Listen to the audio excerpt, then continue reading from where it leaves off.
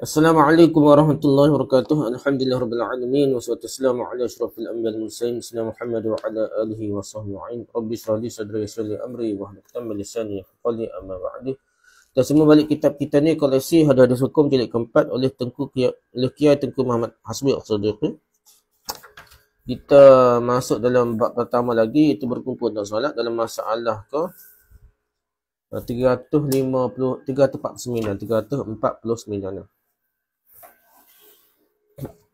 Imam kembali menjadi makmum sudah datang yang digantikannya. Imam jadi makmum semula ketika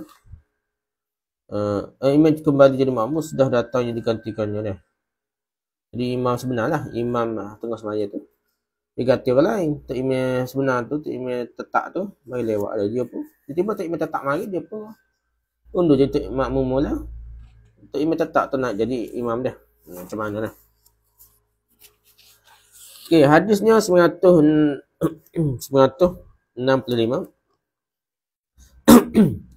An Sahal bin Sa'ad radhiyallahu anhu qala inna Rasulullah sallallahu alaihi wasallam dhahaba ila Bani Amr bin Auf liyusliha bainahum fahanatu salah faja'a al-mu'adhdhinu ila Abi Bakr wa qala atusalli lin-nasi fa uqima qala na'am fa shalla Abu Bakr faja'a Rasulullah sallallahu alaihi wasallam wan nasu fi as-salah فتخلصوا حتى وقفا في الصف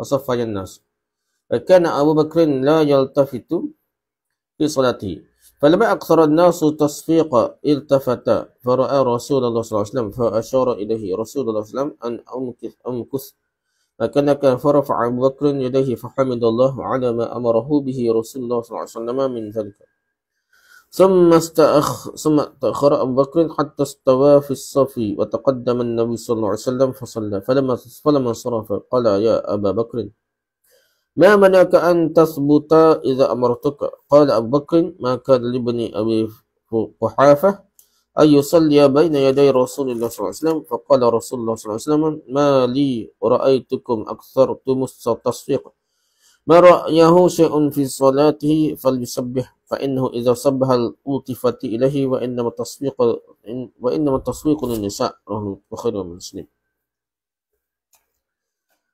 Sahal bin Sa'ad radhiyallahu menerangkan bahawasanya Rasulullah sallallahu alaihi wasallam pada suatu hari pergi ke kampung Bani Amr bin Auf untuk mendamaikan mereka. Jadi urusan politik masyarakat ni Nabi pergi untuk selesaikan pergaduhan di perkampungan Bani Amr bin Auf. Maka datanglah waktu sembahyang, iaitu sembahyang Asar.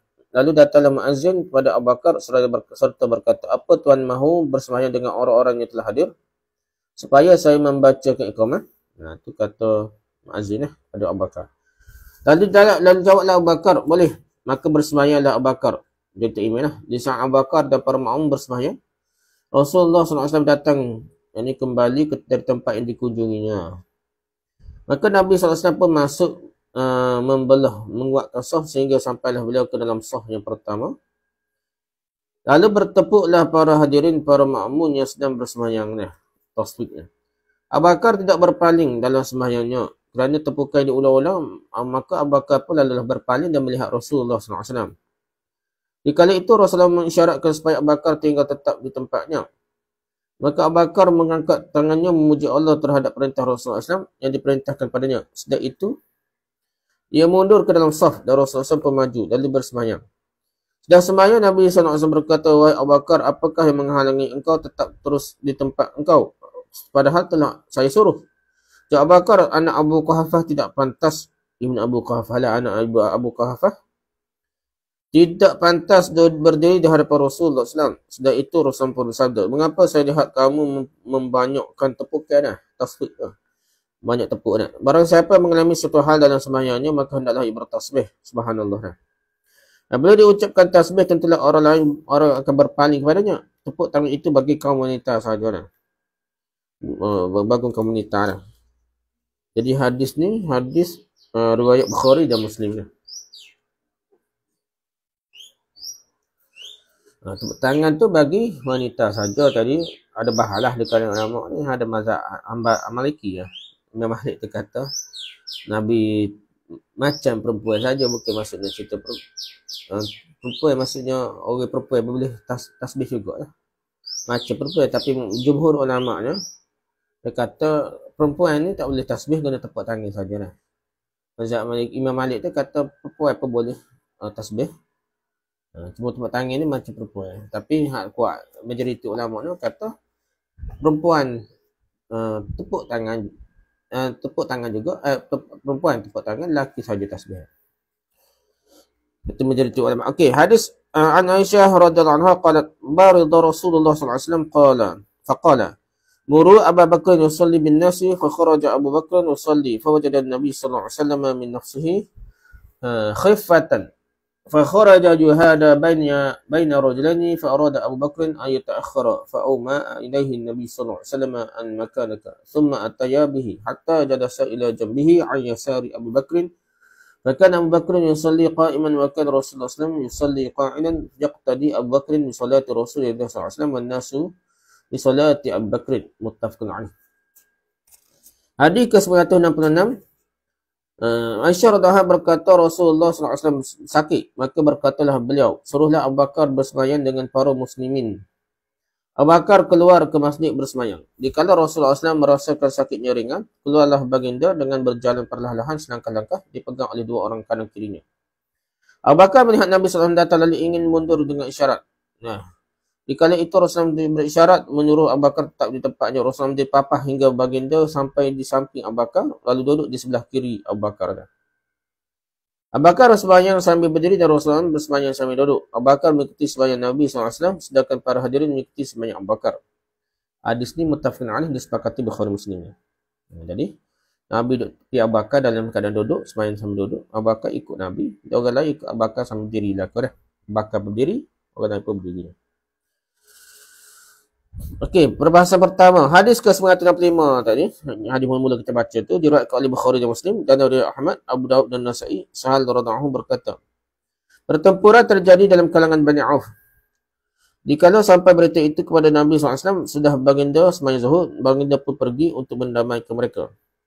Dikala Nabi hendak pergi, baginda berkata pada Bilal, jika datang sembahyang asar dan saya belum kembali, suruhlah Abu Bakar memimpin sembahyang berjemaah. Sahal berkata, dikala asar telah masuk, bangunlah Bilal membaca iqamah, kemudian menyuruh Abu Bakar maju menjadi imam. Hadis ini menyatakan bahawa imam boleh berpindah ke tempat makmum untuk menjadi makmum apabila telah datang orang yang menggantikannya, imam yang sebenarnya lah. Hadis ke-960 diriwayatkan oleh Bukhari Muslim. Menurut satu riwayat dari Al-Bukhari, Nabi SAW dipapah adalah untuk pergi ke sembahyang zuhur. Menurut satu riwayat dari Muslim, Nabi SAW menjadi imam, sedangkan Abu Bakar menjadi mubalik. Orang yang memapah Nabi SAW jadi ibu kemih lah. Abu Bakar tu mubalik lah. Orang yang memapah Nabi SAW ialah Abbas dan Ali. Dan dari satu riwayat yang lain, Baradah dan Naubah. Menurut pendapat Nawawi, Naubah dan Baradah memapah Nabi SAW pintu masjid. Bukannya Abbas dan Ali lah. Dari pintu masjid ke tempat sembahyang dipapah oleh Ali lah. Dari pintu masjid. Jadi Naubah dan Baradah papah Nabi ke pintu masjid. Dari pintu masjid ke tempat sembahyang dipapah oleh Ali pula. Tak tahulah kuat mana lah. Itu kata Nawawi dah. Hadis ini menyatakan bahawa makmum yang berdiri boleh mengikuti imam yang bersembahyang sambil duduk. Dan menyatakan pula bahawa yang menjadi imam ialah Nabi SAW sendiri, bukannya Abu Bakar. Sudah Nabi SAW datang. Jadi kita kata kalau nak cara ni kena ikut cara ni betul lah. Iaitu mesti ada membalik. Iaitu naik imam tu dia kena duduk balik kanan dah.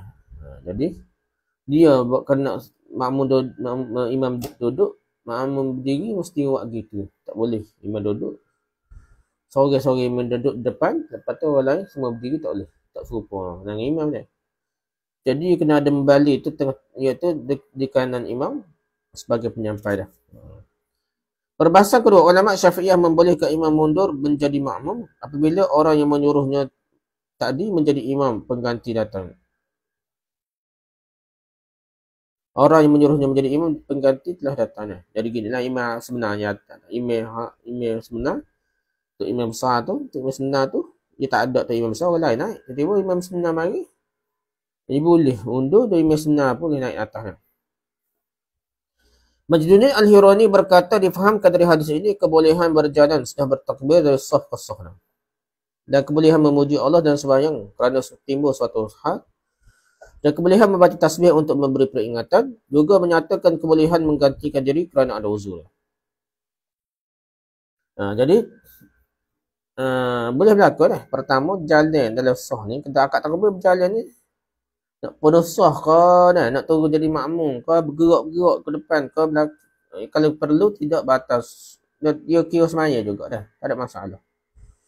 Yang kedua, subhanallah lah, apabila ada perkara tertentu, nak ingat apa, sebut subhanallah. Lepas tu yang ketiganya, boleh sama ada imam tu masalah ke, dia sakit cakap, dia suruh orang lain ganti, boleh tarik orang lain naik atas dia imam, boleh lah.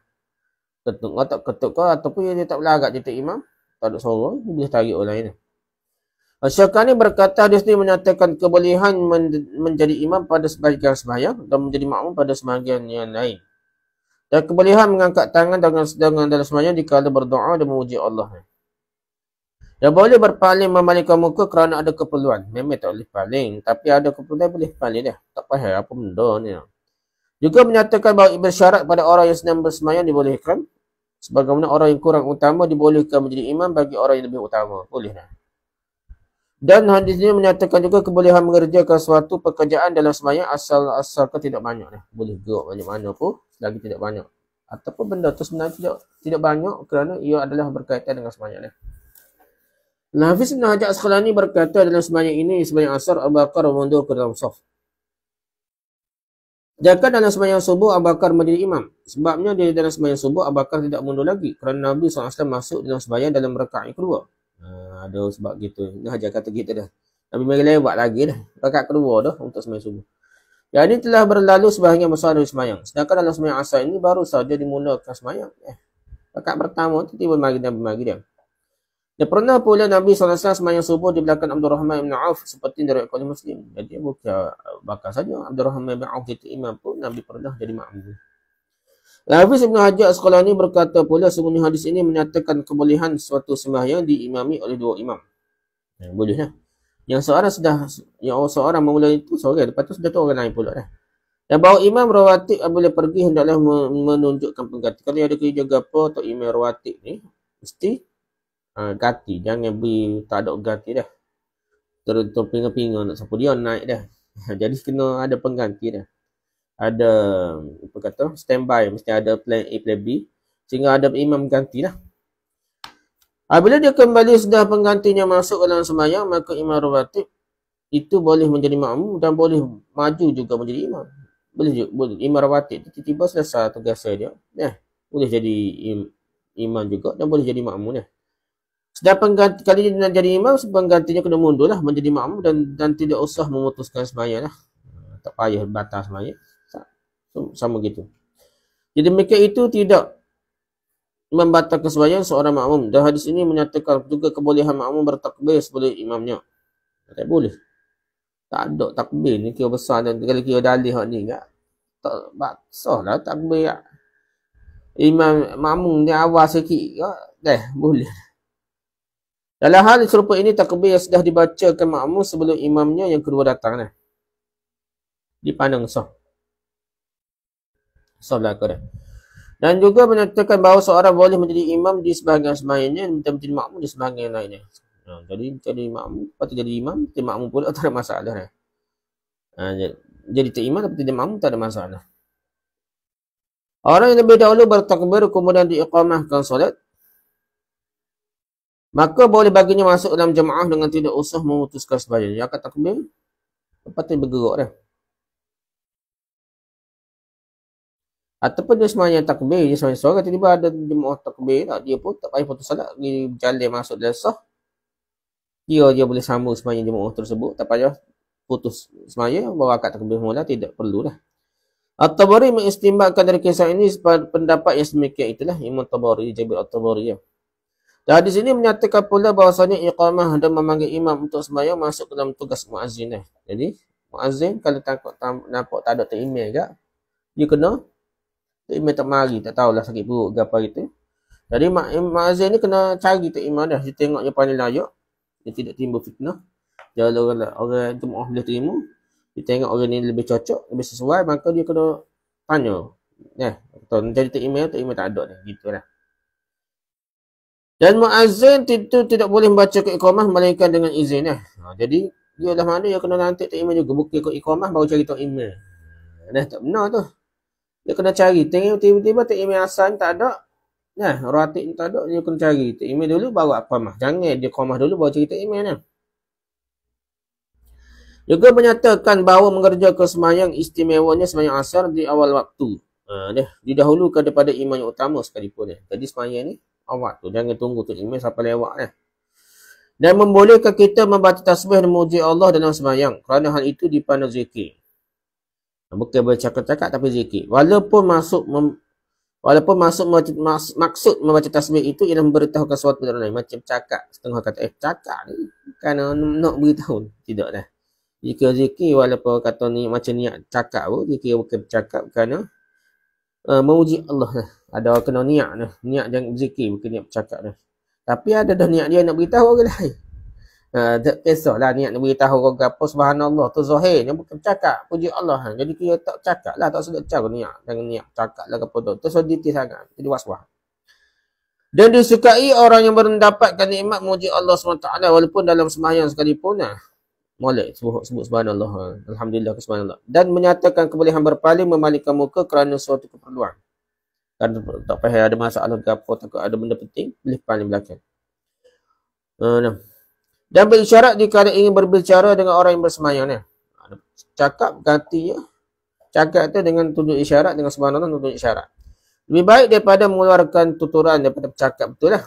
Isyarat itu dipandang bicara macam bercakap Tapi tak batas saja Juga menyatakan kebolehan membelah saf, menguatkan saf dan berjalan di antara orang yang telah bersaf untuk sampai ke saf pertama Apabila hal itu dilakukan oleh orang yang layak untuk menjadi imam sahajalah atau untuk mengisi saf yang terdapat di saf pertama Jadi tengok saf depan tu kosong. Tiba-tiba orang tak pernah saf. Kalau dia pun masuk celah-celah sampai ke kesok orang lain pun kan biarlah kesok sikit, nak bahawa alih sikit tak apa. Biar sampai ke saf yang kosong. Ataupun dia jadi imam besar, jadi dia nak mesti ke depan, jadi dia boleh menguat ke saf sehingga orang tu bergerak sikit. Tak apa lah sikit, bukan batal. Ni tak boleh paling sikit. Paling dah apa, dada sana ni, tak sah lah tu dia ikut keedah. Memang ulama terpaksa istihad buat satu keedah tak boleh berpaling dada daripada kiblat. Tapi apabila terpaksa sebegini, berpaling sikit tu dimaafkan. Gitu nampak edahnya sekejap gitu.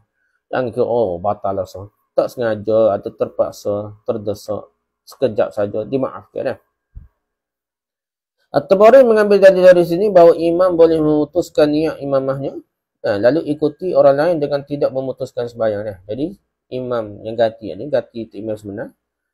Apabila imam sebenar mari, dia pun undur, imam sebenar naik, dia tukar niat Jadi imam jadi makmum boleh Dan makmum boleh berniat mengikuti seorang imam di pertengahan sembahyang.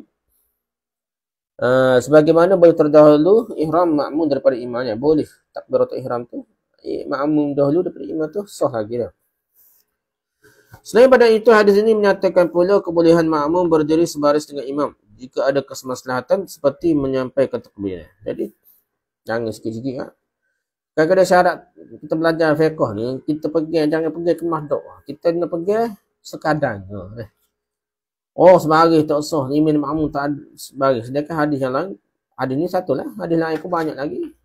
Ibn Abbas lah, sahabat-sahabat lain semayang betul-betul di kanan Nabi Lepas tu ada Ibn Abbas kata undur, ada riwayat tak undur, ada riwayat lain pun sahabat lain tak undur. Jadi kita tak boleh kata mesti muktamad. Mesti ada pengecualian Okey, sebaris ni bahkan itu lebih utama kalau bukan Nabi atau orang utama ni duduk sebaris betul Jadi Abu Bakar ni tak ada pula timbul tak hormat Nabi, betul-betul di tepi Nabi, sebelah kanan Nabi semayang bila sambil duduk di sebelah kiri Nabi, betul-betul sama level tak ada ke depan, tak ada ke belakang, betul-betul sama level. Tidaklah kata Abu Bakar lah tak sah maya, tidak An-Nawawi berkata ulama-ulama Syafi'iyah berpendapat bahawa apabila imam keluar dari sembahyang kerana suatu pembicaraan yang disengajakan atau yang terlanjur atau kerana lupa atau satu sebab yang lain ataupun tak ada sebab, maka dalam kebolehan menyuruh orang lain penggantinya ada dua wajah. Imam sendiri keluar daripada sembahyang, batal sembahyang ke apa. Macam mana dah? Ada dua pendapat lah. Pertama, boleh demikian itulah. Boleh. Inilah pendapat Syafi'i dalam Al-Jadid. Dalam Al-Qadim, bila tidak membolehkan lah. Dalam Bukhari dan Muslim, kita memperoleh kenyataan bahawa Rasulullah menyuruh Abu Bakar menggantikan beliau 2 kali. Sekali di ketika balik baginda sakit dan sekali lagi ketika baginda pergi untuk mendamaikan Bani Auf. Nabi suruh Abu Bakar jadi imam ganti Nabi. Abu Bakar bersemayam dengan para makmum yang berjemaah ke masjid. Kemudian Nabi SAW kembali. Sedangkan Abu Bakar telah memulai sembahyang. Melihat Nabi SAW datang, Abu Bakar pun mundur ke belakang. Lalu Nabi SAW menggantikan Abu Bakar tu.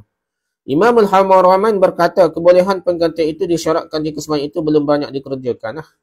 Kalau rakaat pertama lagi ni. Ini Imam Haramain, Imam Juwaini Al-Haramain. Yakni baru saja masuk ke dalam sembahyang, belum berjalan lama lah. Kalau sudah satu rukun dikerjakan sendiri oleh para makmum, tidaklah dibolehkan lagi mengadakan penggantian rakaat pertama masa rokok dah.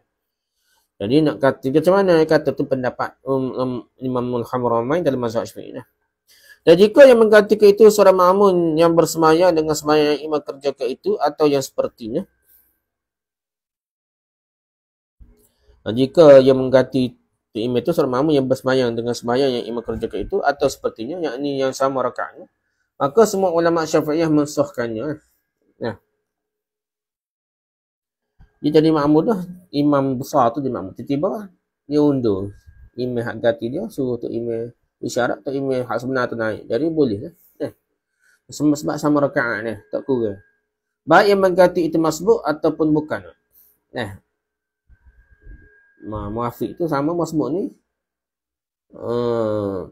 Hak ganti tu imam sebenar tu masbuk dah. Dia lewat. Dia tak dia baca Fatihah. Dia lewat lah tu. Boleh. Baik dalam rakaat pertama ataupun bukan rakaat pertama, kerana makmum yang kemudian menjadi imam, itu tetap meneruskan tertib imam digantikannya. Rakaat lain, imam itu musafir, boleh gantikan. Tapi jika yang menggantikan itu orang luar, maka menurut pendapat jumhur boleh. Jumhur ulama tetap boleh orang luar, bukan imam yang sebenar pun. Kalau dalam rakaat pertama atau yang rakaat ketiga dari sembahyang 4 rakaat, kerana tidak menyebabkan berlainnya tertib, kalau dalam rakaat yang kedua atau yang terakhir, tidak boleh. Jadi dia biar sama dah. Tertib tu sama. Tu imam tahiyat akhir, tahiyat awal, makmum tahiyat akhir dah. Tak sama lagi dah. Kerana imam yang mengganti diperintahkan berdiri sudah selesai satu rakaatnya. Sedangkan makmum diperintahkan duduk. Tak sama dah. Macam tu nak tu imam ni rakaat pertama, tapi makmum rakaat ke imam ni rakaat pertama, makmum tu rakaat ketiga dah, tak sama dah. Ketiga, makmum rakaat ke makmum rakaat keempat, tak imam ni rakaat pertama, tak sama lah. Dan dengan demikian terjadilah perbezaan antara makmum dengan imam yang menggantikan itu. Pendapat yang sahih dalam mazhab kami, boleh imam keluar dari sembahyangnya memajukan gantinya untuk menjadi imamnya. Al-Baghawi berkata, inilah pendapat kebanyakan ulama dihikayatkan oleh Ibn Muzir dari Umar, Ali, Al-Qamah, Atta, Al-Hasan Basri, An-Nakhai, Al-Thari, Malik, ulama Al-Muqafah dan Ahmad. Boleh imam tu, makmum tu naik jadi imam, gitulah. Walaupun tak sama, tak asal kebentuk pergerakan yang sama dah.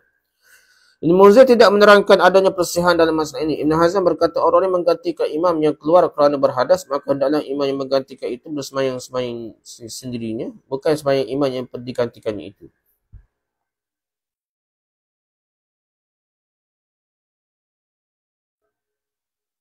Jadi bukan ganti tu imam ikut sembahyang berapa rakaat, ikut sembahyang dia lah. Dia tak cukup lagi rakaat berapa, dia kena ikut, dia ganti tu imam ikut sembahyang. Dan para makmum janganlah mengikutinya dalam hal-hal yang tidak diikuti, mereka menanti sehingga sampailah imam yang berganti itu pada rukun yang dapat dituruti oleh para makmum. Jadi kena tunggu lah. Imam ni rakaat mari lewat je. Rakaat ketiga, keempat kau. Baru mari. Tiba-tiba makmum ni rakaat sudah rakaat keluar dah. Jadi dia kena sesuaikan lah. Kalau tu imam makmum tu sepatutnya tahiyat awal, tu imam tu kena berdiri. Tunggulah masa duduk tahiyat awal tu sehingga tu imam dia sama dah. Tahiyat awal. Gitulah. Lebih kurang dah.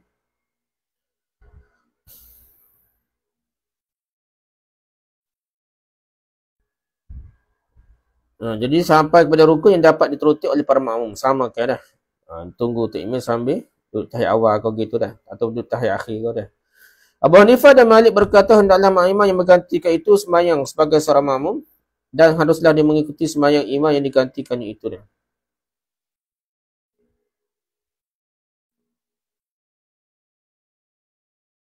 Ni pendapat Imam Malik pula, ni pelik lagi.